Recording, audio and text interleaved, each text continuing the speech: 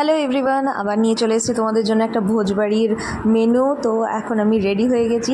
কয়েকদিন আগেই আমাদের কিন্তু ইনভিটেশন ছিল একটা রিসেপশন পার্টিতে। তো এখানে আমি, আমার শাশুড়ি মা, শ্বশুরমশাই সবাই চলে গেছি পুচকুটাকে নিয়ে রিসেপশন পার্টি অ্যাটেন্ড করতে। নিয়ে ঢুকতেই দেখছি এটা খুব সুন্দর গণেশের মূর্তি, সাজানো গোছানো বেশ ভালোই ছিল। আর এদিক ওদিক করার পরেই আমার চোখ বারবার আটকে পড়ছে যে স্টলে কী আছে। তবে যা দেখে বুঝতে পারলাম যে স্টলে রয়েছে কিন্তু কফি, ফুচকা, তারপরে পকোড়া উইথ সস, আর সাথে রয়েছে কোল্ড ড্রিঙ্কস। তো যাই হোক, দেখলাম এদিকে পকোড়া আমি নিলাম না, পকোড়া খেতে খুব একটা ভালো লাগে না, ফুচকা খেতেই ভালো লাগে। তবে ফুচকার ওখানে স্টলে এতটাই ভিড় ছিল তাই তখন আমি আর যেতে পারলাম না। তো পরে গিয়ে যখন দেখছি ফুচকাই শেষ, তো লাস্টে আমি কফিটাই হাতে নিয়ে এদিক ওদিক করতে লাগলাম, কারণ ওপরে ব্যাচ শেষ হবে তবে তো আমরা বসতে পারবো। তো কফি খাওয়ার পরে আমরা দেখতে চলে এলাম বর আর কনেকে। তো এখানে দেখছি যে কনে নিজেই উঁকি মারছে। তো যাই হোক, বর দেখা কমপ্লিট, আর এবারে আমরা ওপরে চলে এসেছি খাবার খাওয়ার জন্য।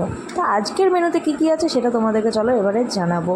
প্রথমেই আমাদেরকে সার্ভ করার জন্য চীনামাটির প্লেট দেওয়া হলো, সাথে বিসলারির বটল ছিল। আর আমার কিন্তু ভোজবাড়ির খাবার খেতে খুবই ভালো লাগে, যতই রেস্টুরেন্টে খাই না কেন ভোজবাড়ির খাবার স্বাদই আলাদা থাকে। তো প্রথমেই চলে এলো আমাদেরকে সস, স্যালাড আর সাথে একটা করে চিকেন কাটলেটটা কিন্তু সেরা ছিল খেতে। তারপরে চলে এলো বেবি নান, সাথে ডাল মাখানি, আর ঠিক তারপরে চলে এলো পনির রেজালাটাও ফাটাফাটি ছিল। তারপর চলে এলো বাসন্তী পোলাও খেয়ে নিই, পেট আর ভরালাম না কারণ মাটন খেতে হবে।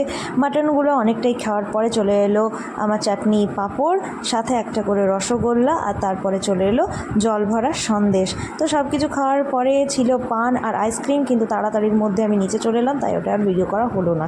নিচে এসে নিয়ে কয়েকটা সেলফি নিলাম কারণ বাইরের ডেকোরেশনটা বেশ ভালোই ছিল। তো তোমাদের আজকের এই ভিডিও ভালো লেগে থাকলে লাইক, কমেন্ট, শেয়ার করে দিও।